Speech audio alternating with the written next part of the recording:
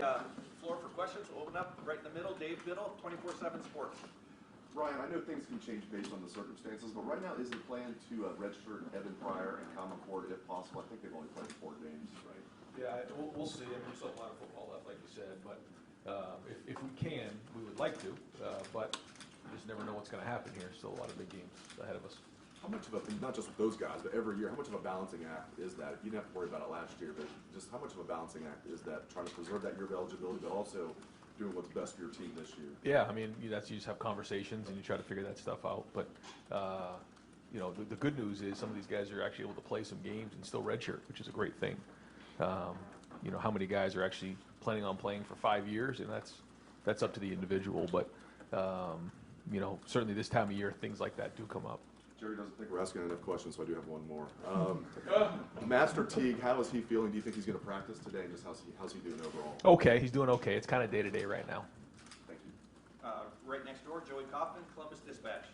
Ryan, your senior day honoree got announced, and there's some guys who are like juniors in terms of eligibility, Nick Petit, Prayer, Master Teague, and then there's some seniors who are also on the list, like Taraja Mitchell. I guess, can you walk us through kind of like the list a little bit? Yeah, no, we just, you know, anybody who's, you know, considered a senior, whether it's eligibility-wise, you know, who wants to go ahead and walk, you know, out on that before the game, they get a chance to do that. I don't think most of them made a decision on what their future holds for them, but at the same time, you know, they want to have that opportunity. So if something were to happen, whether go to the NFL or whatever, that they would have an option to do that. So we just kind of leave it up to them. I wouldn't look too far into any of those things. And as far as this week's matchup goes, Kenneth Walker's lead the nation in rushing, really good back. He's kind of known for his patience, and people have talked about that. What do you see as the challenge with stopping him? Was there any kind of like similarity with Mo Ibrahim in the first game? He was a guy who was kind of talked about his patience. Have you faced a back like him? I don't know. You're right. He does have great patience. He's you know, ran the ball just about everybody in the country. Their line does a good job. They have, you know, a very good offense, and he's a big part of it. Makes a lot of guys miss in the hole, and so you know you're going to need to do a great job up front in defeating blocks, and then you know it's going to take more than one guy to bring them down. But you're right. I think his vision and his patience and his ability to make a guy miss in the hole are probably some of the things he does best. Third row left, Dan Hope, 11 Warriors. Ryan, you guys didn't really get any pressure on the quarterback against Purdue. Obviously, they were getting the ball out quickly, but when you look back at the film, is there anything you look at and see as a concern there? You know, the game kind of turned into a passing game quickly because the score was so lopsided early on, and you know we jumped up pretty heavily on them, and the ball was coming out quickly, and we were rallying into the ball. But certainly, you know, there's times where we could have tightened up the coverage, and there were other times where you know we probably could have got to the quarterback faster. So again, there was a lot of things on that film that we learned, especially playing against a more you know, pass-heavy team. Yeah. Is it hard, you know, in a game like that, you know, you're up 35-7, you know, and then the rest of a game, you know, you kind of have a bigger lead. Like, is it harder to maybe keep the same level of defensive intensity that you would in a closer game? It shouldn't. It shouldn't. I think maybe human nature kicks in, but it's certainly not what we want. We have a standard every time we get on the field. The score is 0-0. So that shouldn't affect us. Whether it did or not, I don't know. But, you know, we play to our standard here. Right in front, Stephen Means, Cleveland.com. I think Travion played maybe the first 3 or 4 series, and then you guys brought mine in. Is that the type of knowledge you're looking for there? Obviously, Travion being your guy, but you know, working with another guy maybe 3 or 4 series in. Yeah. I mean, that's about right. And how with Mayan and Travion specifically, like how do they complement each other as running backs? I think, I mean, you know the skill set, but I think Travion has his skill set. I think Mayan brings in. He's got, you know, really good vision. He's strong. He's powerful. I think you saw him finish some runs off where, you know, he was turning those runs into more than they were and running on contact. I think he's really good at that. He's built low to the ground, so he's strong when he runs. And, you know, I think, you know, Travion's probably a little bit more of a home run hitter, but both really good backs. And like you said, they do complement each other. Fourth row middle, Pat Murphy, 24/7 Sports. Ryan, you talked after the game about CJ's preparation, and he talked to us afterwards about watching film, talking to his teammates about the film, and then seeing that in games and thinking that's helped When in the course of his development did you see that start to happen, where he was preparing the way you wanted him to, and he was helping other guys in that sense? I think it's slowly grown over time, and it's going to continue to grow, and we still have a lot of work to do there. But I think it's just kind of a gradual thing. But I think when he came back after the week off, he kind of came back with a little bit of a different bounce in his step. I think he was healthier, but I think he had a different perspective, and he really kind of started to own and take accountability for the offense. And Lathan took responsibility for the touchdown over the top of him after the game. Bryson, not Lathan. He said that can't happen, and it seemed to get to him. How have you seen him kind of step into that role that Josh had at the beginning of the year, and have you seen the development you like from him? Yeah, he's been very accountable. He's been a good player for us, and I know he wishes he had that play back, and so he'll come back and get that fixed. But he's a guy that has played well. He's had production. He's graded out as champion. He does a good job of getting everybody lined up and communicating back there, which is very important for the free safety in our defense. He's got tremendous work ethic. He's a tremendous teammate, and so we all have things we want to get back. So the whole thing is you just don't let them happen again. You get them fixed, and I'm sure he will. Fourth row left, Jacob Benj, the Lantern. Hey Ryan, you got a top 10 showdown coming on Saturday. Just how unique is it that the Big Ten has 3 teams in the top 10, and these games have national implications for not only Big Ten title stakes, but like CFP stakes and stuff like that? How unique is it for the Big Ten? Well, I think that this has been quite a year for the Big Ten, and I think when you look at the second half of the season in the Big Ten, there's been some unbelievable games. There's been some really good matchups, and it's week in and week out. I mean, I think you're finding who can sustain in November. There's no weeks off. We had our bye week after week 6, and I think most of the teams in the conference did as well. But then after that, I mean, it's all conference games. You're talking 9 of them, and we got very good teams from top to bottom. So you have to bring it week in and week out, and I think that's the challenge right now. And you're seeing some really good teams in the league, and it's obviously a lot stronger this year than maybe the last couple. Going back to Master and Mine, speaking about the stretch run, is the plan to kind of split the carries to keep them both fresh down the stretch run, or how do you kind of envision that going forward for those? No, at this point, we're trying to win the games. This is you win, you move on. If you don't, you're done. So, I mean, that's the mindset. We're trying to win a championship here, and so at this point, it's you got to go play the best guys that give you the best chance to win. Front row middle, Bill Rabinowitz, Columbus Dispatch. Ryan, presumably you will be on the sidelines this year against Michigan State like last year. How hard was that? And can you you allow yourself to savor at least having a normal season, and even with all the pressure, things are kind of back to normal. You've got a team that's in the hunt. Right. You just kind of address that. Yeah, I thought about that the other day when I read that there were some outbreaks and things going on across the country, and I thought back on last year and what that was like, having to deal with that, and certainly would never want to go through anything like that again. That week in particular was very difficult. But, it was great to see, the leaders and our staff really step up and go on the road. And we had a bunch of people down that week. There was some staff members, there was players, so it was a big challenge. But you learned a lot about our character and our culture of this team to go see that happen, and I was proud of that. But it was not easy at all. And it is great, the fans, seeing them in the stands, and every once in a while, you take a look up at the stands. At least I do now this year, and when things are going well, you kind of smile because they're enjoying themselves. They're having fun back together again.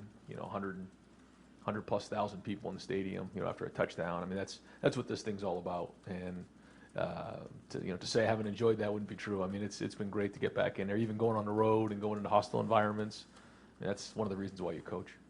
And Michigan State's had an amazing turnaround with Mel Tucker. Can you kind of address the job that he's done and the challenge that you faced this week? Yeah, very good team. They play with really good energy. I think they're really believing in what Mel's doing up there. He certainly turned that roster quickly over into a championship level roster, and they have really good players, and they played well. They have good scheme, so it's a challenge across the board. Front row right, Austin Ward, Letterman Row. Ryan, I know how highly you guys think of Matt Jones and his ability to come in and be that 6th guy. Is that rotation still more about him, or are those other guys more banged up than maybe we know? It's a little bit of both. We want to play all 6, but there's been some things the last few weeks that have come up. I mean, you know about the DeWan situation there, and Nick, had a rough week there. He lost a family member, and we've had some guys who've been dinged up. Paris had a couple things here and there, so we just got to move guys around. It's this time of year, and because of the versatility of Paris and Matt and some of our guys, we've been able to do that, and so that's a tribute to them. How have you felt that rotation has worked out, and it seemed like maybe they were more successful with it on Saturday than the previous couple weeks? Well, I thought we played well, and we got to continue to do that. We were clean. We were rocking people off the ball. I thought we got really good movement in the red zone, but we were clean. The combination blocks were clean. The pad level was much better. We played with really good energy. Protection was really good. Karloftis was a big challenge, and they stepped up to the challenge there. So that's the type of play we need from the offensive line in November in the Big Ten if we're going to continue to play well. Second row left, Bill Landis, The Athletic. Ryan, your first touchdown the other day, you hit the crosser, I think, with Garrett and Jackson on the outside there.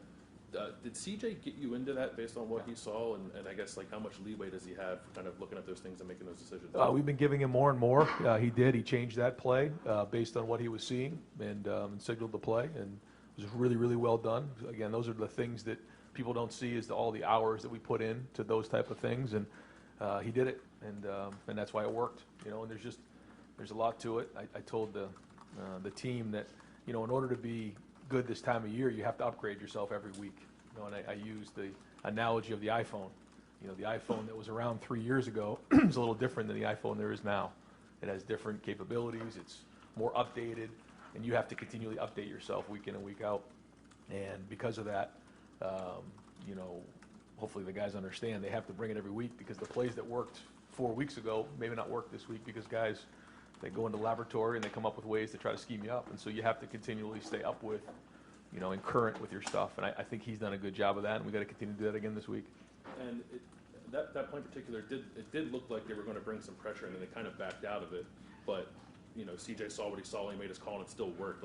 Is there anything to sort of sticking to your guns there, even if what you see is not exactly how it plays out? Exactly right, and that's the biggest thing, is to be indecisive.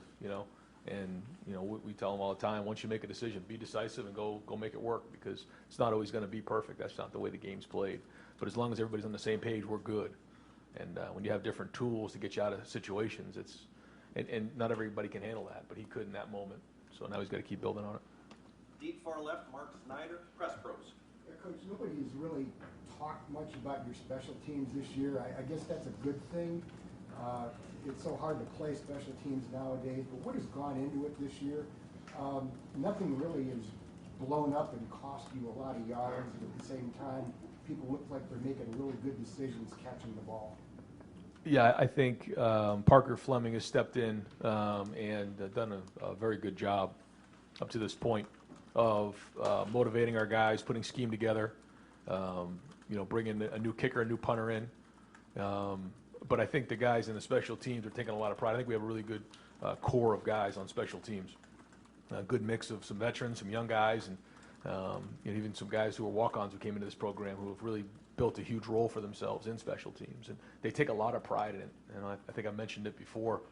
The walkthroughs before a game that we have at the hotel or wherever we're at are as sharp and as real as I've been around. Just an edge to them. They bounce around. It's just really on point. They take their job very, very seriously, and that's winning football. And I think you've seen that on special teams. But again, it's got to continue, because it's week to week.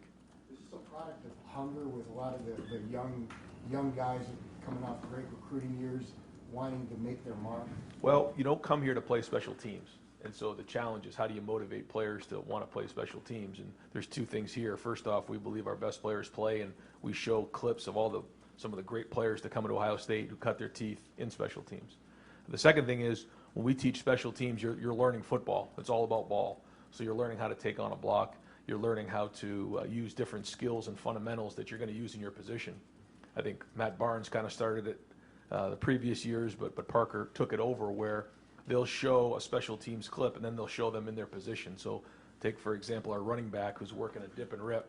He's got the ball in his hand. He does the same thing on a dip and rip to avoid a tackle.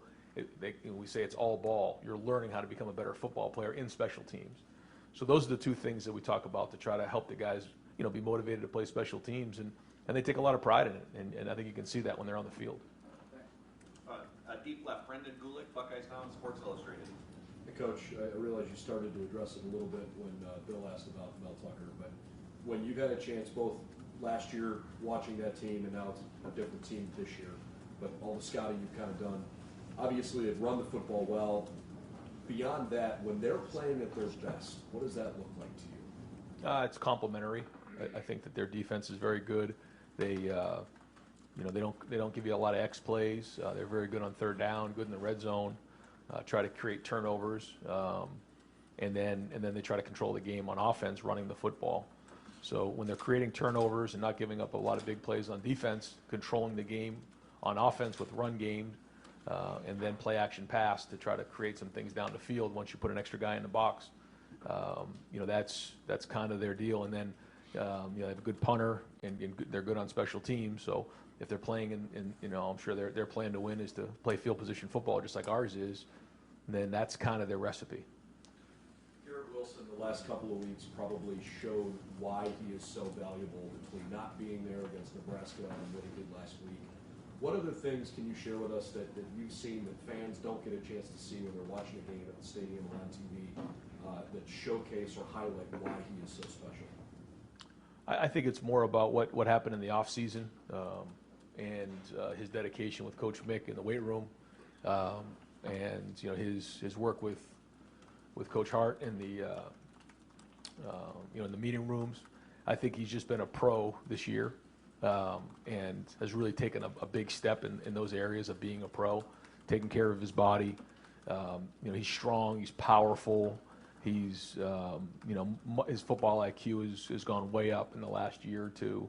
I just think he's really upgraded his game. He's very, very competitive, always has been. He loves to play. But sometimes you can't just go out there and play. You have to play within the offense, and I just think he's taken a lot of strides in that area. Fourth row left, Jack Emerson, The Lantern. Hey Ryan, I want to ask about one of those walk-ons on special team. Chris Booker had a tackle inside the 20 on the opening kickoff, and then he helped force that fumble down by I think it was around the 11. When you have a team full of 4- and 5-star guys, how does it feel to have a guy like Chris, who was a former club team player, come in and make an impact like that? No, it's tremendous. And you look at what he's done. He's Player of the Week. Kate Kaczynski, Xavier Johnson. I mean, there's a whole bunch of them that are doing it, helping, and a big part of our special teams. And to see Chris make some of those plays in a big game like that was tremendous, especially with his background and what he's been through, kind of out of football for a year or so, and then trying to find his way on the club team, and then obviously walked on here. And when he got here, he looked a lot different than he does right now. So really cool to see guys, kind of self-starters, build themselves into a career. And I don't know if you've seen this yet, but they have the club team has qualified for the national championship. Is there kind of a pipeline that you see from the club team? Do you talk to Coach Greg a lot, or how does that kind of thing? I think we're aware of them, but certainly I can't sit here and tell you I'm an expert on what's going on there. Right next door, Colin Gate, Rivals. Hey Ryan, go back to the defense a little bit. You said that you guys kind of use that drop 8 approach a little bit, and I'm curious about what you saw watching film. Did that work? Is that something that you could see, being utilized more in the future, especially with pass heavy offense? I think it gives you a different look. The windows change, but you still have to execute the defense, and I don't think we did that well enough, to be quite honest. So we'll look at it, and against certain teams, if it gives us an advantage, we'll do it. But you have to execute it, and obviously there's give and take with everything, right? When you rush 3, you buy an extra guy in coverage, but you also lose a little bit of the pass rush. So making the decision on what gives us the best chance that week is what we'll do. But no matter what it is, whether you bring 3, 4, 5, or 6, you have to execute the defense. And this might be an overly simple question, but what is the pass the rusher's goal in terms of developing just pass coverage? How important is a distinct pass rush to, I guess, the coverage in the back? It's everything.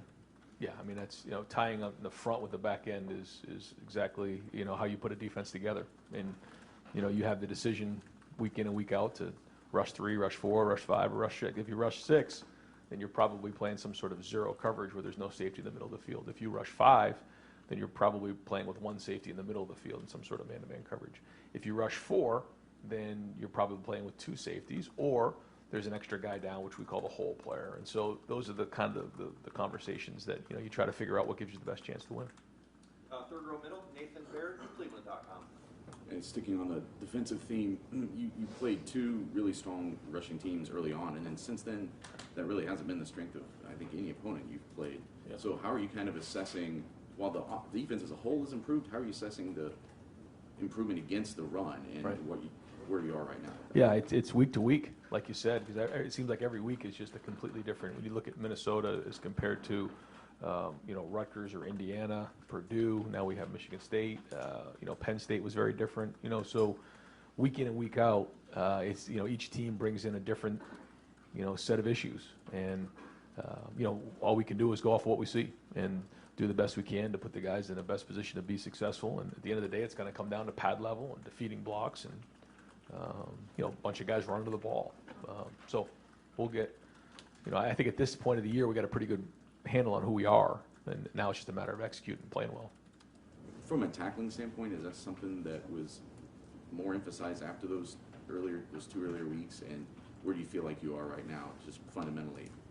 We'll still practice tackling today. It's part of every Tuesday when the pads are on, and it's it was an emphasis in the preseason. We tackled way more than we ever have before because we knew we had a young team. And it's been an emphasis week in and week out since we started because we are still a young team, even though we've played a lot more football now. The good news is there's more body of work to go upon, and we have more experience, so we don't need to do it as much.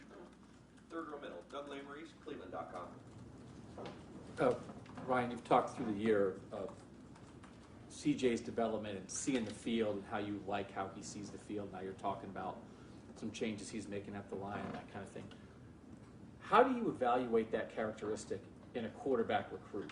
Is that more difficult than evaluating, hey, he's got a good arm or whatever? Like, what's that process for you in trying? Because it seems obviously very important to what you want in a guy and to how he's going to succeed. It's very difficult. It's very difficult, and I think every quarterback is different. But you're looking for some sort of extraordinary trait, whatever that might be, and you do the best you can to try to project what that's going to look like in your offense. But it's not always easy. You get to spend some time with them, but you're not actually in the games with them, and you're not with them in meetings every day, and there's just so much that comes with it. And you do the best you can to try to identify who those guys might be, and you go from there. So like the mental acuity, seeing the field, knowing what play to get into, that can be the extraordinary trait for some quarterbacks? Absolutely, yeah. And it is for, I would argue that the guys who make it, for a long time in the NFL, the majority of them have that because it's a very complicated game at the highest level. Just to say, I'm just going to go out there and throw the ball around, it doesn't work like that. And flipping to the defensive side, ideally with your linebackers, what in the defense that you guys play, how much should your linebackers be identifying something and attacking it? How much is read and react, maybe make sure you're in the right place, but don't be overly aggressive? It just feels like sometimes Steele is getting after it, right? But what's the ideal balance of how you guys want linebackers to play? Well, you have your keys, and then you use those keys to identify what to do.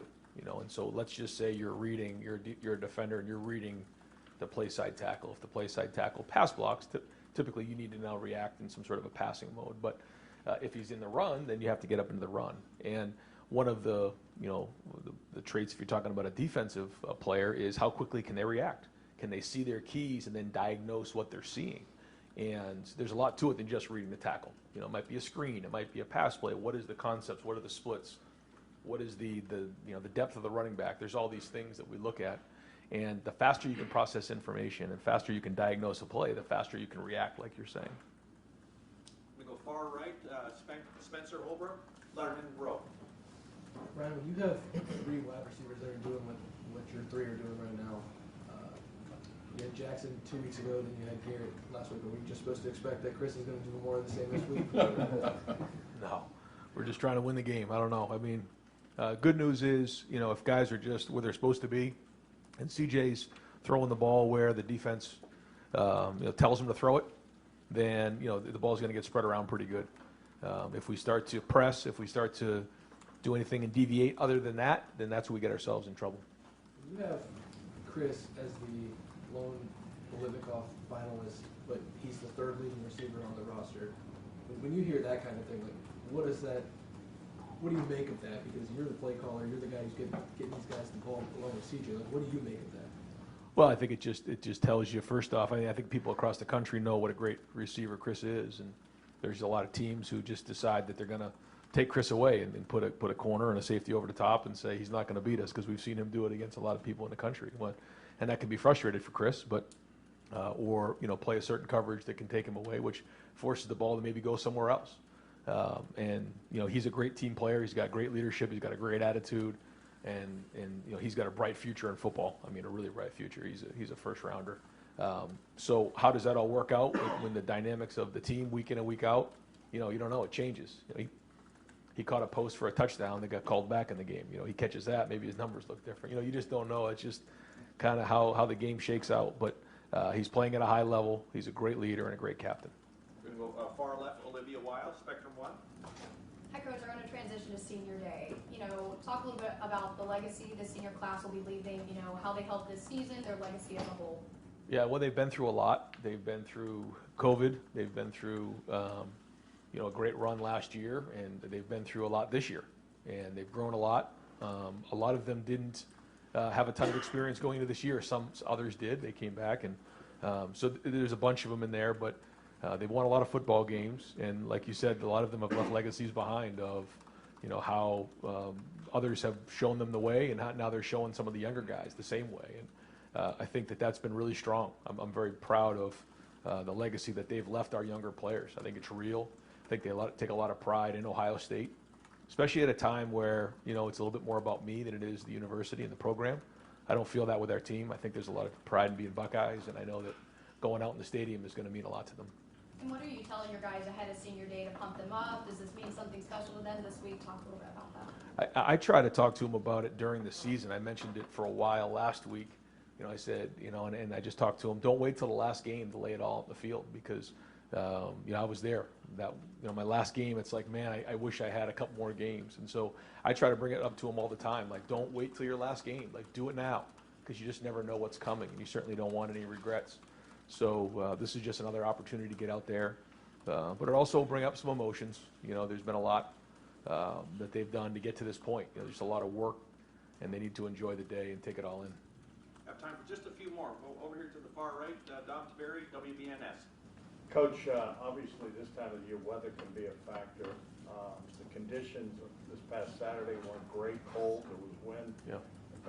CJ was 31 and 38. I mean, just how impressed were you with the performance given that? Yeah, it wasn't perfect, but we always talk about how you have to handle it better than your opponent. We can't control the weather. Kind of the same situation happened to Indiana, kind of out of the blue. And we're going to have situations like that. It's not going to get any warmer. It's not going to get any brighter out. I know that. So we're going to have to be able to handle it. But we do that. We talked about in November, these last 6 weeks, there's a lot that comes with that. And typically the tougher team, tougher physically, tougher mentally, and tougher emotionally will win. And so we talked about it. But I thought our guys played tough. And, it was cold and it was windy. But that's football in November in the Big Ten. But for him to be able to throw in those conditions, what did you learn about him, though? Yeah, I asked him before the game, I said, can a Cali kid throw the ball in, 40-degree weather with 10-mile-an-hour winds? And he said, yeah, no problem, Coach. And he just shrugged it right off. So, it's always good to see. You never know until you see it, but there'll be worse weather coming. How big of a challenge is this Saturday? When you look at these guys, what do you see? Yeah, it's a huge challenge. And it's a challenge because they're very, very good, a top 10 team in the country, playing for a chance to go to Indy. We got everything on the line here. And, both teams have had to bring it every week for a long time. We're in November. So when you add all those things up, it's a giant challenge. Far right, Adam King, WBNS. You talked about the challenge. You said March Madness a lot, heard from the team a lot. How much do you guys focus on the fact that this is a top 10 game? I mean, this is the eyes of college football on you. And then how much do you say just treat it like another game? Well, we always say it's always been about us. And so it doesn't matter who we're playing. It's about our preparation and who we are. And If we're playing at our standard, then a lot of good things happen. So that's what we focus on. But at the same time, we have a lot of respect for every team we play. And we knew this 6-game run here at the end of the season, if you don't show up, you're going to get beat. Just the bottom line. And we try to own that and bring it every week and be consistent. And that's what greatness is bringing it every week. They don't say you're a great team if you don't bring it every week. And so that's what we got to do. And a big part of that is just having the respect for these teams like we do at Michigan State. Do you guys get excited for having maybe that game that's on the center stage, that top 10 matchup? Do you get fired up for that? Yeah, oh yeah. Yeah, I mean, this is what it's all about, is being in November and, having game day in town and top 10 matchup. I mean, this is why you come to Ohio State. And we'll wrap it up with probably a quickie or two from Tim May, Letterman Row. I don't know if that was a cut or what. What do you think, Ryan? No, you're good. Yeah. When you get ready to present, you and Corey, y'all get ready to present CJ, hey, this is what this team's all about this week. You're facing. How much at this point in the season do you pare things down? I mean, try to keep from overloading, I guess, what he should prepare for. But then number two, to extrapolate where that defense can now go based on what you guys have shown. You know what I mean? Is that the great juggling match at this moment, the information? Absolutely. Yeah, and I think you can really screw guys up, or you cannot give them enough information. I think, how do you process all that information as a coach, but just sift it through and just give them exactly what they need and keep it really, really clean so their eyes are really, really. If you have to reteach something, if you start to give them things to think about that are out of whack, you can confuse a player really fast. And so that's why I take that very, very serious. And one other quickie, promise the last one. Is it a benefit playing Michigan State now 10 games into the year as opposed to playing this team which was totally remade, roster-wise by Mel Tucker over the offseason? Now you have a much more of a sense of what that team is all about when you watch them on video, if you follow my drift there. Yeah, I think we're both different now, and it's just a different challenge. It would have been a different challenge if it was week 3 or 4 of the season. But certainly if it was week 1, we're just a different team now. So, once the schedule came out, you'd have the season to kind of get a feel for who you are and who they are, and that's a different challenge than coming in on the first couple games of the year. And you have the whole off season to kind of change who you are, your personnel, your scheme, your coaching, and but now there's a body of work there to work upon when you're trying to game plan. Can I ask one last quickie? Of Is there a course. point of pride for you and your group that y'all are number 1 in the nation in total offense and number 1 in scoring offense, in scoring? Do you feel like y'all are getting there? I think I think we have confidence, and I think we're proud of that. Yes, but I also think that there's there's an expectation, and that we all have, and you don't just go out there and score X number of points. You take it one play at a time, and you play clean, and a lot of big plays are going to happen. And when we start to focus on that, that's what's important. But really, the thing that happened last week is we had a great week of practice. We had an edge to us. We practiced with purpose. There were guys who wanted to get things right, and because of that, we played that way. And that's what we got to do. And sometimes for 18, 19, 20-year-old guys, that's not always easy. But that's the challenge this week. And if we practice that way on all 3 phases, then we're going to have a better week on Saturday.